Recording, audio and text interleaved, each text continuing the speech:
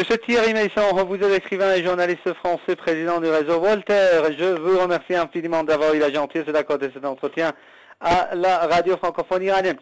Monsieur Meyssan, pourquoi d'après vous le Conseil de sécurité de l'ONU a fini par adopter cette nouvelle résolution contre l'Iran? Il y a plusieurs angles à partir desquels on doit regarder ce qui vient de se passer. D'abord, contrairement aux apparences, il pouvait être conçu que voter cette résolution contre l'Iran soit d'une certaine manière l'intérêt de l'Iran, parce que les États-Unis et l'Union européenne menaçaient de prendre des décisions unilatérales extrêmement dures, et on pouvait concevoir que négocier quelque chose au sein de l'ONU aurait permis de trouver une voie médiane, quelque chose de supportable plus aisément par l'Iran.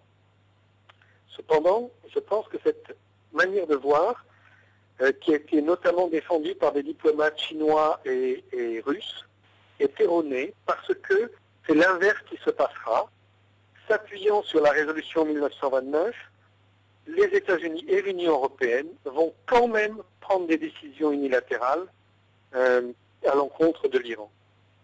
Ensuite, il y a un deuxième angle de vue qui est l'opposition entre la perception du programme iranien, entre les Occidentaux d'un côté et les pays non alignés de l'autre. Donc les Occidentaux considèrent que lorsque l'Iran refuse de faire visiter certaines installations qui ne sont pas nucléaires, mais qui appartiennent à la même administration que celle qui s'occupe des recherches nucléaires, les Occidentaux considèrent qu'il y a une volonté de masquer quelque chose. Alors que les pays non alignés disent pas du tout, l'Iran a un programme purement civil et mène par ailleurs d'autres recherches qui ne sont pas du domaine de l'AIEA et qui n'ont donc pas à être présentées aux inspecteurs de l'AIEA.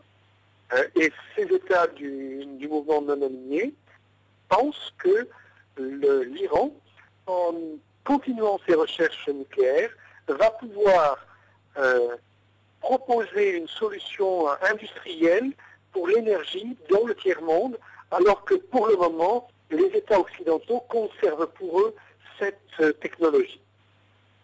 Donc, d'un côté, nous avons le Brésil et la Turquie qui essayent de faire reconnaître la légalité de ce programme nucléaire et de proposer un système d'enrichissement avec un tiers de confiance pour qu'il n'y ait plus de doute sur la volonté iranienne. Et de l'autre côté, nous avons des puissances occidentales qui, par tous les moyens, avec une mauvaise foi évidente, veulent à chaque fois remettre en cause ce qui a été décidé.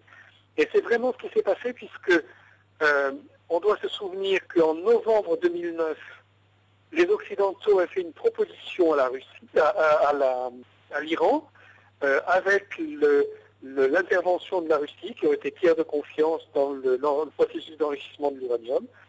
Cette proposition n'avait pas abouti, mais lorsque le président Lula a demandé aux États-Unis comment débloquer la situation, par écrit, le président Obama lui a répondu qu'il suffisait de relancer cette proposition de novembre 2009 et que si elle était reconnue par l'Iran, alors le problème serait réglé. Ceci a été écrit, la lettre est publique. Donc, muni de cette lettre, Monsieur Lula est allé à Moscou obtenir la même approbation du président Medvedev, qui a dit lui aussi publiquement dans une conférence de presse que si cet accord était signé par l'Iran, il n'y aurait plus de problème. Et puis il a ironisé en disant que ça lui semblait difficile de faire admettre par l'Iran aujourd'hui ce qui ne l'avait pas été en novembre 2009. Monsieur Lula est venu à Téhéran, a présenté ce document qui a été signé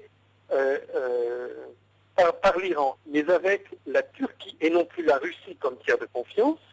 Et là, et les États-Unis et la Russie sont revenus sur leurs propres paroles et ont considéré que cet accord était insuffisant.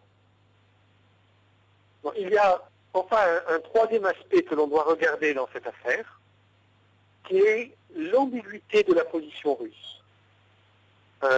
Le président Medvedev discute avec les Occidentaux et tient des propos qui plaisent aux Occidentaux.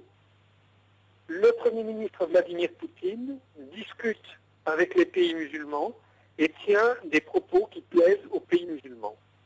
Il y a en permanence une contradiction entre ce que dit le président Medvedev et ce que dit le Premier ministre Poutine.